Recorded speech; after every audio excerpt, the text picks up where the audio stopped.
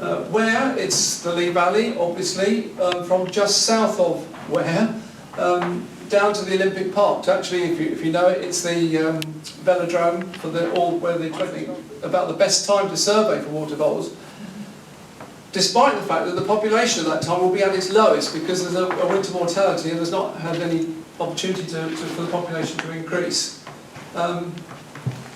But because it's the start of the breeding season, they are very active and they are leaving plenty of signs. So that's why it's such a good time. The other hugely important reason it's such a good time is that the nettles and everything else haven't had so much chance to grow. And just I said that's where most of it was done. We actually did the first survey at the very end of February. It was really a tester to see if we could find anything at the end of February, and sure enough we did. So we did one site at the end of February. What I could do, at 32 sites, what I could do is sort of go through all the results for each site individually, and I thought that was going to be very repetitive, very boring. So what I've done is I've put a little caption on every single slide which will mention every single transect that we looked at. And in some of them, most of them, there's a photograph of that particular transect. There's not enough slides to go around, so some slides have got a couple of captions with only one photograph. But they're kind of incidental to whatever else I'm talking about. Okay, so the final question is how do we survey for water voles? Well, I think probably most of you know that. What we're looking at is 500 metre sections of the bankside. It could be any type of water body, so river, lake, canal, ditch. I've used the word lake because it's a nice short word. But it obviously covers gravel pits, ponds, lakes, reservoirs, anything like that. Just lake is a nice short word to use. When I used to do water vole survey training, I used to say to people, well, you'll never see a water vole. You're only looking for evidence. You'll never see a water vole. And we were, as I say, surveying all these sites. We only ever saw one water vole in 2022, and that was it on the screen there. It was a dead one. So you're never really looking for the animals, you're looking for evidence of them, like footprints in the mud. Obviously this is not mud, this is the clay from a mink raft, but it does show the kind of star-shaped pattern that you can find for water voles, but not terribly conclusive, shall we say, because rats will also make similar footprints. So a better option are holes in the bank, particularly if they're sort of down near the water level. They can be below the water level if the water level rises, of course. Also, they will graze areas of grass and produce sort of lawns. They will sometimes produce above ground nests, and I'll talk about that a little bit in a moment. Otherwise, the next piece of evidence you're really looking for are these feeding evidence, so piles of cut stems, typically sedge like that, typically 20-30 centimetres long with a very characteristic 45 degrees angle. But the most conclusive thing are the water vole droppings, about a centimetre long. Two categories there. This is a latrine. This is obviously an important site which a female's produced and would come back and put droppings repeatedly on it. But sometimes we find droppings which don't seem to be a latrine, they're just droppings, and we try and distinguish between the two. I should perhaps mention that alongside each of these transects I've put whether it was positive or negative, so you can sort of see what the result is. And I've done it in red and green, so to go back to what Chantal said about being colourblind, the advantage is I've actually written the word positive as well, so whether you're colourblind or not, you should be able to tell. For each transect, what we did was, there was a transect number and a grid reference, a description of the transect. We recorded 4 different things, so latrines, droppings, the feeding evidence and holes. Then also in the report for that individual transect, we included what was found in 2012, so as a comparison. And any other records that might be relevant for that particular transect. There was a map showing the survey route photograph, which is these photographs which are on the screen now.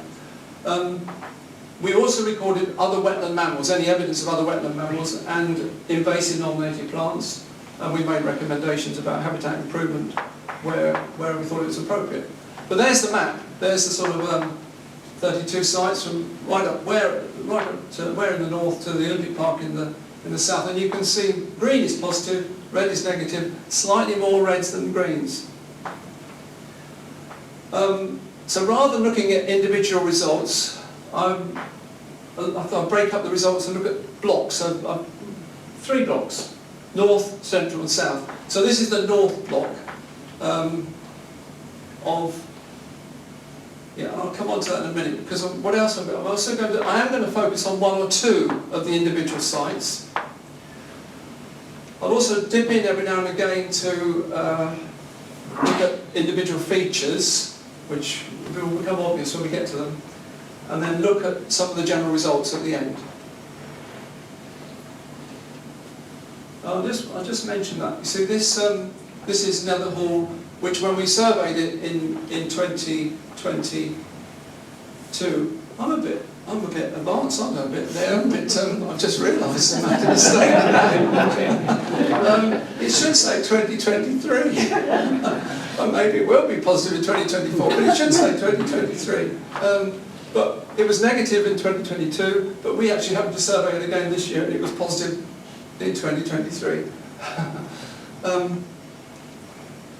Okay, so in the north there were 14 sites, of which 7 were ditches, 4 were lakes, 2 rivers and a canal. However, the photograph illustrates this. The caption says Nazing gravel pit, but the pictures are a ditch. So some of these sites had more than one sort of habitat feature. So this was mainly actually a gravel pit with a bit of a ditch. Half of them were positive. The positive ones were both the rivers and the canal were positive. So the negative ones tended to be the lakes and the ditches. And it's usually poor habitat where it is negative, and it really goes back to what Anthony and Tony were saying earlier. Where they've made an effort to improve the habitat, the water voles come back, and it's very clear that where the habitat's not good enough, the water voles aren't there. And it is almost always because it's too tree lined, and you do have to cut down the trees if you want to let the light in, to let the marginal plants grow. Okay, so comparing this block with the surveys from 2012, 2 were not surveyed in 2012. So 5 out of 12 were positive then, 7 out of 14 positive now. More interestingly, 3 were positive last year, which were negative in 2012, but 2 were negative in 2022, but were positive then. So there's this fluctuation. Water vole populations are coming and going, which may be due to a variety of reasons. It might be habitat changes, you know. You go back 10 years, maybe there's less tree growth, less bramble growth, so there is more marginal habitat. Or, obviously, mink is the other possibility that would impact on the water vole populations. So, I said I'd pick out 1 or 2 interesting ones, but I think they're interesting. One of them is silvermead. And this is unique in a way, because most of these, well, all of these except silvermead, we would survey from one bank, and we would sort of leapfrog each other, so that we didn't survey the same bit. I would do a bit, Amanda would do a bit, I would do a bit, and so on. This one, I know I had waders on. I think Amanda may only have had wellies on. So she was on the east bank, which is the grassy bank, which is where people walk and where the cattle graze and so on. And I was on the west bank, which is fenced. And this, just a photograph here, really illustrates the impact of the cattle on the way they sort of push the bank into the middle of the ditch like that. So you get this line of vegetation in the middle where the bank has been pushed in, and then that line of vegetation gets separated from the actual grassy bank, which is not good news for the water voles, because they want the cover through from the water onto the bank.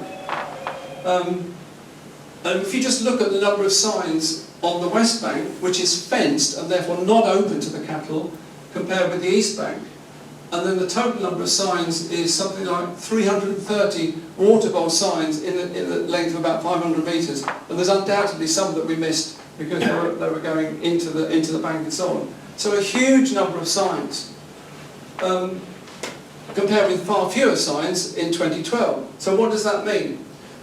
Does that mean that there are 15 times as many water voles now as there were then? And the answer is, of course, no. When you're comparing any sort of surveying like that, if you change the variables, then you don't know what it is that's causing the change. So in order for surveys to be consistent, you need to keep as many variables as possible constant. So different surveyors, maybe different time of year, different weather conditions, other conditions, water level and so on. So all sorts of other factors. What you can say about Silvermead is that it was a good site for water voles in 2012, it was a good site for water voles in 2022, and it's been a good site before 2012 and in all the intervening years. So it's a really good site for water voles.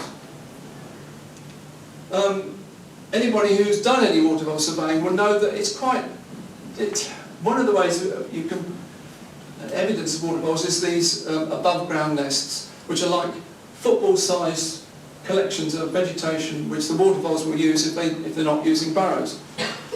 If you've done any water vole surveying, you know it is quite unusual to come across above ground nests. We found 3 at Silvermead when we did the survey last year.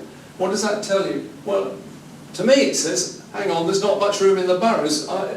There's a lot of competition for the burrows, therefore I'm going to have to make above ground nests. So again, it illustrates, I think, the fact that there are so many water voles there. So this is one of the little features I'm going to mention. The invasive non-native species. Of the 32 sites, 18 of them had no evidence of invasive non-native species, which is good. And then there were 12, 13, 16 sites which had evidence of invasive non-native species, which of course if you add 16 and 18 together you come to more than 32, which means that there were a couple of sites that had more than one different invasive non-native species. And some of these we were aware of at the beginning because we were liaising with Kath at the Lea Valley Park all the time. And so if we were going to do 2 sites, say, in one day, we would, and we knew we were going to go across to a site which would have an invasive species, we would do the other site, which perhaps we thought didn't have an invasive species, in the morning, and then the one with the invasive species in the afternoon. So to try to reduce and limit the possibility of transferring invasive species from one site to another. So we were aware of the sort of biosecurity. And the reason there are now 4 captions on this particular slide is that we've come to the end of the north section. The other interesting thing about the photograph about under the invasive non-native species is that picture is of Himalayan balsam. And this is obviously late March, early April, so the Himalayan balsam is 1 inch or 2 high. There's a bit of willow herb growing there as well. And it illustrates why Himalayan balsam, at least, is not a very good idea for water voles because prior to this, the ground would have been pretty bare. The balsam will grow up and get 4, 5, 6 feet high, die down again in the autumn, and then for several months of the year the bank is completely bare, and it doesn't therefore provide any cover or any food for the water voles. So again, it's not a good thing to have for water voles, although they're quite happy to eat it, of course, if they are there. Yeah, so just as a summary of the north section,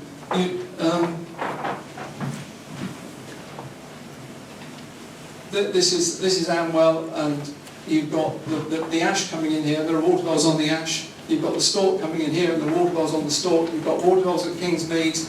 It comes down through Rhinemead and then Silvermead down here. This is a really extensive and connected population of water voles. It'd be interesting to do a bit of surveying in this bit here to see how connected they are. But we've certainly found them on that is. I think that's on the canal there. So it would be interesting to see how much they are connected all the way through. But it feels like in the north here there is a real good block of a good population which is well connected, which means there's good genetic mixing and so on. And where the red ones are is almost always because the habitat's not very good.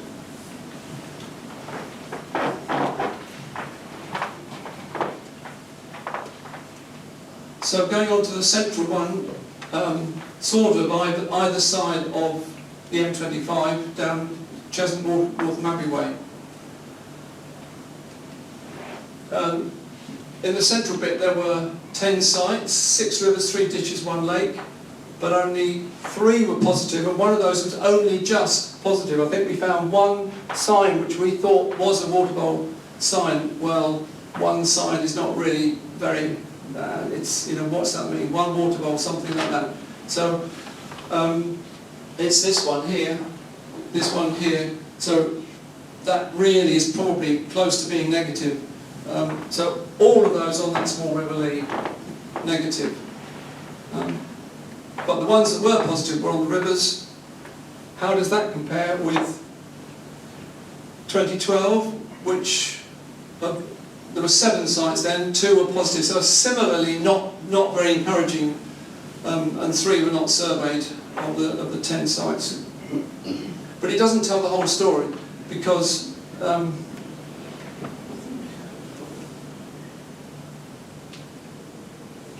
come back to it. This is another little feature which at Bowye's Water we found a sort of larder of dead frogs, maybe toads as well, and this was right on the very water's edge, in the sort of reed bed area, but it's not. You can sort of see reed stems in there, but maybe in this sort of habitat.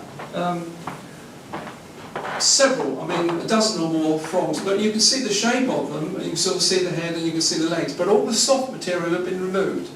So something had eaten these frogs and left them there. I've seen it before at Purwell many years ago. So what is it? I mean, obviously if it was a bird doing this, they would a heron or something, they would simply swallow the frog whole. So therefore it's got to be a mammal. It's right on the water's edge, so presumably it's a wetland mammal. So realistically, it's got to be mink or otter, I think. But interesting to find that. Oh yeah, now just go on to another one of these sites that look at an individual site. This was the old River Lea at Cornmill Meadows. And again, something like, what's that? Something like 250 plus water vole signs in a 500-metre section, where some of that riverbank is lined with blackthorn bushes where there are no water vole signs whatsoever. So an incredible density of water vole signs. So again, a huge population there. How does that compare with 2012? And there were plenty of signs in 2012, which would make you think, well, there's just been continuous water vole signs all the way through. But it was only a few years ago when Kath and Dawn were surveying in the meadow next door, they found absolutely no evidence whatsoever of water voles. But it looks like the population was there in 2012, was lost, and has come back again. And that is almost certainly down to mink control, and the Lea Valley Rangers do a good job in controlling mink.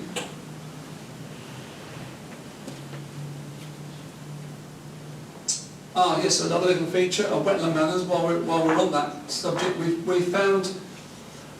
didn't find any mink scat. We found 2 possible evidence of mink. One was the frogs. The other was on a mink raft was a mostly eaten fish. Remains of a fish was on a mink raft, which could have been an otter. But both of those could have been otters, but they could have been mink. We found rats on 18 of the 32 sites. I imagine we could probably have found rats on 32 of the 32 sites if we really looked hard enough. But we did find otter on 10 sites throughout the valley. The furthest one north was on Amwell, right at the top, and the most southerly one was at Northampton Wetland, so nearly at the bottom. So throughout the Lea Valley we found evidence of water voles. One of the other interesting sites in this central section was Chapman's Field. This is near Fisher's Green. There's a car park there which is very heavily used. Lots of people there, lots of members of the public taking dogs for a walk or whatever. But most of them come to the car park and they go off sort of westwards into the valley. And this little bit of the old River Lea is sort of back from the way they've just driven through, and there's a footpath in the field next to it which is set back 30 or 40 metres from the river, and there's a fence between them. So this area doesn't get disturbed very much at all. The Royal Gunpowder Mills is the other side of this fence, so that area, that side, is the Royal Gunpowder Mills. So there's no access there unless you're actually inside from Royal Gunpowder Mills area. So you've got this very quiet, undisturbed little bit of river. A lot of trees fallen down. both sides of the river, and you get a kind of 3D matrix of branches, partly in the water, partly in the air, and so on. And we found otter spray, not this one, this is cheating perhaps, but this is obviously not found there. But we found 6 lots of otter spray in 4 places, very, very close together, which to us suggested that this was actually an otter using this area for a hold. Yeah, so to summarise again, this is that Chapman's Field, which with the otters. This is Cornwall Meadows, and this is the site where we found one site only. So these 4 in a row are all on the small River Lee, and effectively the water vole seemed to have gone from there completely.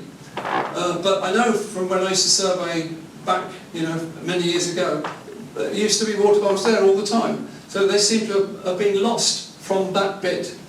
The habitat is not as good as it could be, and I think the water voles are okay if they're there. They survive and they'll tolerate sort of less good habitat. Once they've gone, if they're coming back, they're going to choose the best habitat, so they tend not to recolonise the habitat which is less good. Maybe if the populations get bigger and bigger and bigger, they will then recolonise perhaps suboptimal habitat. Finally, going on to the south, from sort of up near Enfield, right the way down to the Olympic Park at the bottom there, which was 8 sites, 4 rivers, 2 canals, 2 lakes, 3 were positive, 5 were negative. The 3 positive one were 2 rivers and 1 of the lakes, and the others were negative. And compared with 2012, well, Graham only surveyed 3 sites out of those 8, of which 2 were positive. And this Brimstone here is interesting because when we approached it, it looked pretty good for water voles, because looks like there's plenty of marginal vegetation, but underneath all this is a concrete bank, and I think there's enough soil has accumulated on the bank for it to support the plants and the vegetation, but obviously it's not very easy to burrow into if you've got a concrete base, so it's very difficult for the water voles to burrow into. And you can also see another problem there with all the litter. And obviously, when you're surveying these places, you do come across places like that where there's an awful lot of plastic. This is at the Walthamstow Wetlands, which is the London Wildlife Trust site. Coppermill Stream on the left. This is the Walthamstow Warwick Reservoir on the right. And the survey transect this is one end of it. It was round the bend, right up through, around this sort of more sedgy area, right up into the reeds at the far end there. We weren't allowed to go around here on our own. We had to be accompanied by a young lad. He was a nice lad, who was the employee of the Wildlife Trust, the London Wildlife Trust. So he was obviously expecting us. So we rocked up at about 9:30 in the morning and opened the boot, and there's a lot of other people there. But there aren't many other people there who are putting on waders. So this guy obviously knew, he was obviously expecting us, we'd arranged it all. So he obviously came over to us, and the first thing he said to us was, "Have you got any life jackets?" So we were we were prepared. We had our high-vis, we had our life jackets and everything. So we were fine. But what happened then reminded me of a scene from a film, which you may remember, called Crocodile Dundee. And they're in the streets of New York, and they're approached by a street gang. And she says to Crocodile Dundee, she says, "Careful, Mick, he's got a knife." And Crocodile Dundee pulls out this great big knife, and he says, "That's a knife? That's a knife?" And we got to this place, and we said, "Yeah, we got our life jackets." And he said, "That's not a life jacket, that's a life jacket." Although actually he wasn't Australian. So what we had was a buoyancy aid. So we were issued with life jackets, which we were told, would be perfectly right if we were unconscious. If we fell in the water and would be unconscious, they would right us so that we would be floating upwards and we'd still be able to breathe. Yeah, the other amazing thing about this was it looks fantastically good for water voles, all this marginal vegetation. We couldn't find any evidence at all, but Graham did in 2012. We had all sorts of cut stems there, but nothing which we could actually pin down on water voles. But obviously there are geese and things that use this, and they would make little passages up through the vegetation to get onto the grassy banks. And where that happened, the otters would be doing that. And underneath all this, again, this is the same problem. Underneath all this is concrete, concrete boulders. And there's obviously enough soil accumulated for the vegetation to take a hold. But because there are concrete boulders and these passages where the geese are coming up and creating these hollows, the otters are just leaving their spraint on the boulders on the edge of the reservoir as they go up. But you can't see it here, but down, there's a slope, it slopes off down here, 20, 30 metres, and it goes into the Copper Mill stream. At the bottom of that bank, there are water voles. So they're 30, 40 metres away from that. We couldn't find any evidence on the reservoir itself. I just thought I'd throw this in. There are all sorts of reasons why sometimes you can't survey for water voles, and those are sort of typical options. But we actually, when we were doing this survey, we discovered a new reason for not being able to survey for water voles. Wright's Flour Mill owned the land here, and they owned the land on the other side of the river. And with Kath, we'd sorted out the access permission and everything like that. We got our high vis and everything else. And we turned out and they said, "No, you can't go onto that bit. You can't go onto that bit because we've leased that to the smallholder." And you can see from my carefully constructed shadow of an alpaca feeding on the bank that the smallholder was very keen on South America. And so he said, "Oh, you can't go over there." So we had to restrict ourselves to this side of the river. You can also see from the bank that it was so heavily grazed, the chances of any water voles being there were pretty minimal. But on the way back, there was a bridge across to the smallholding. On the way back, we came across the smallholder that they'd arrived. And she said, "Oh no, you can go there." She said, "But not for a few weeks, because it's the emu breeding season and they won't like it if you go over there." So we thought, okay, well, we're not going to go back in a few weeks' time.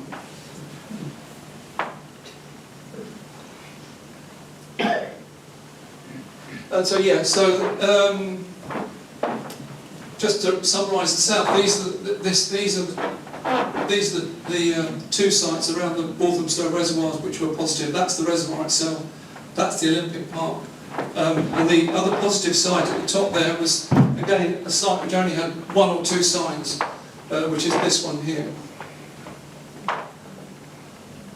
So, analysing what we found, this is quite interesting, I think. Of the 22 sites that were surveyed in 2012, 9 were positive. In other words, 41%. If you do the maths, 9 divided by 22, it comes to 40.9. Of the same 22 sites which we surveyed in 2022, 9 were positive for water voles, 41%. However, only 6 of those sites were positive in both years. So 3 had lost water voles and 3 others had gained water voles. So that means of the 12 sites that had water voles in either or both years, 12 sites, 50% of them there was a change. Of 32 sites that we surveyed in 2022, 13 were positive. Lo and behold, you do the maths and it comes to 40.6, which is 41%. And what we seem to find is that rivers and the canals are more likely to be positive than negative. And I think this is partly due to the lack of trees, that the canals are more likely to be kept open and so on. That lakes and ditches are more likely to be negative than positive because they, over these years, over the gravel pits, have had plenty of opportunity for the trees to grow and so on. And you just haven't got enough water vole habitat for them to be good for water voles. And 6 transects had totals of over 100 signs. So we had some really good water vole signs in places. So what can we conclude from that? Well, water voles are present throughout the Lea Valley. There have clearly been some gains and some losses since 2012, but that's not the whole story, because there are population changes in the intervening years. And it's almost certainly because populations are still vulnerable to mink, but if you get on top of the mink, the populations will bounce back if the habitat is good. So where there is a choice, suboptimal habitat is avoided.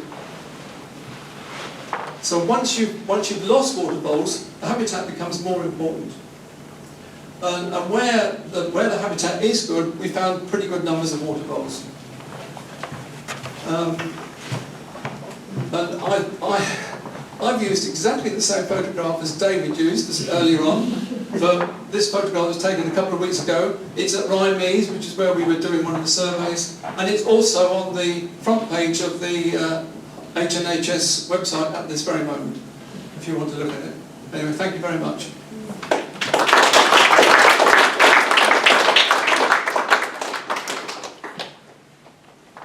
Thank you, Martin. Very conscious of time, but any quick questions for Martin on that, just while I think Davey's got to collect the raffle prizes.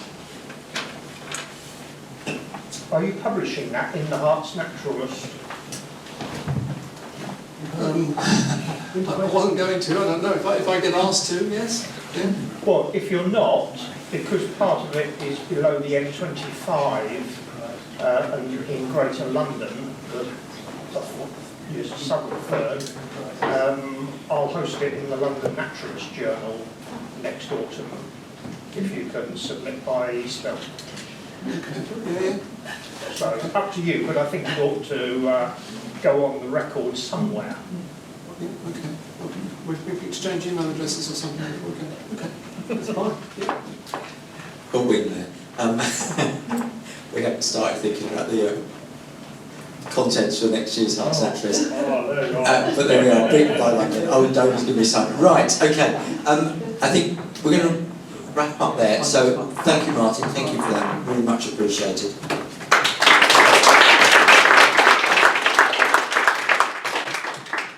Okay, conscious of time, not got many minutes left. We have had a raffle. Thank you for those of you who brought some prizes here. 4 prizes, and I think we have some tickets. Oh, David's just busy folding a set of tickets. In which case, while David's folding, let me just give a couple of thoughts I was going to give to conclude, which was, I think, ultimately I'm an optimist. Was sort of have a positive outlook. And the State of Nature report has really struck, there's a lot of doom and gloom in there, but as I said earlier, one of the key points it brought out was where action is taken, where there's scope and support given, wildlife can bounce back. And what we've heard today have been some really fascinating talks about individuals working at a neighbourhood level, at a landscape level, to really make a difference. And we've seen with Martin talking about water voles, how where the habitat is suitable, water voles stay and return. That's really positive to see. And we've heard from both Roy and Chantal on the good work that's going on with the both Mara Atlas and the Dragonfly Atlas, both of which we'll be publishing in due course, but both of which need your help in filling in and supplying records. And perhaps most significantly, amongst everything else today, we heard how individuals can make a real difference in terms of the amazing work that people like Peter, Liz, and many others do day in, day out to make a real difference for wildlife. So that's, for me, that's really, I think, a positive to take away. I'm looking at the clock, and I'm looking at my colleagues busy folding raffle tickets at the back. How are we doing?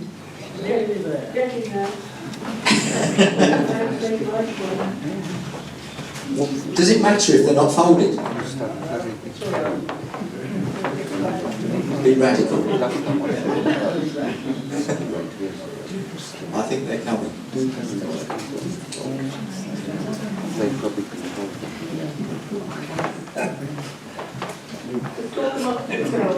Let me go and just get an extra hand folding.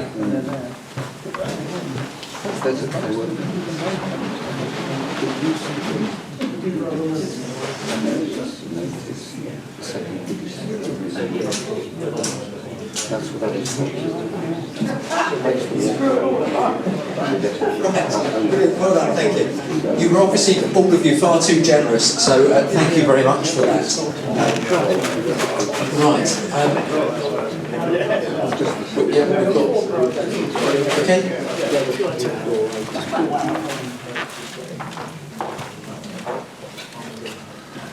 Brilliant, thank you, Peter. I think they were all green, so 358. 358, please. Take your choice, and if you could just grab a ticket out to the bag first, then pass that to me, then take your choice, and I will. Brilliant.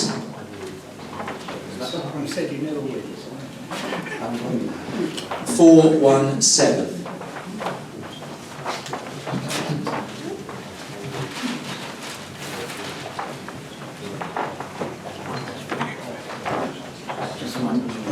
Brilliant.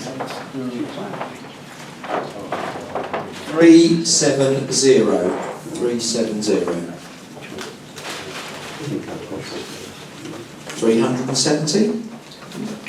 You want to take this, don't you?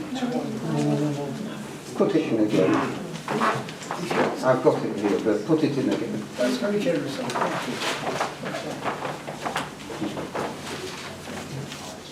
Thank Well, 428. 428.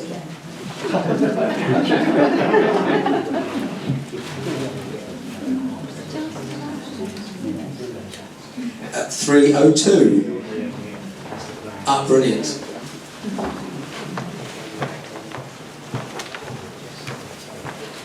Let's get the. Not I'm trying to rush in. Brilliant. Thank you. 270. 270. Ah, excellent.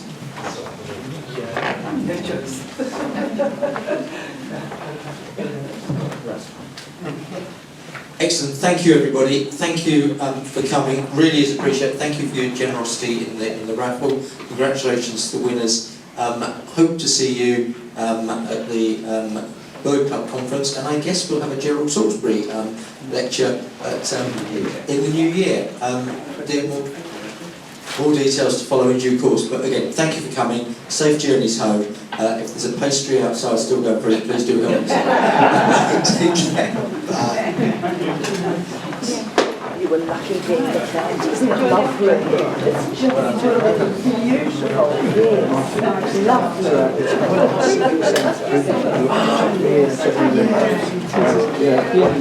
That's that one at the other side, opposite John Lewis, isn't it? No, it's the old one. It's an old one. It's an old Village Hall. Yeah, it is. Oh, okay. I'll find it. Oh, no,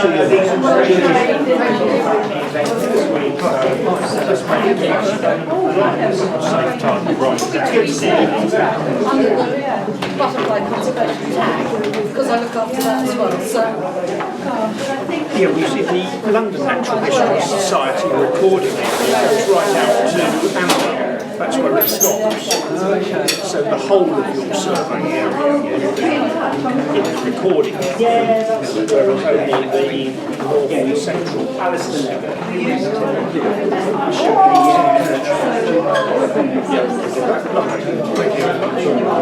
So I know I'll be happy to see how we can help the time as the space reasons.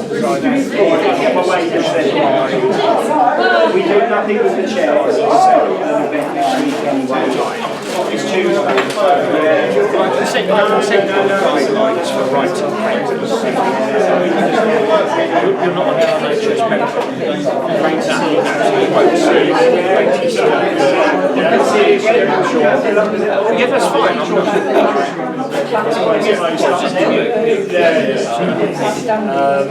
What you put on those authors is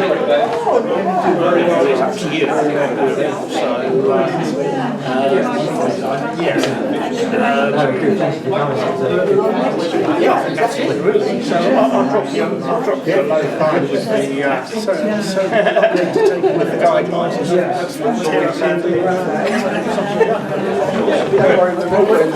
should have had something. Right. Thanks for coming along.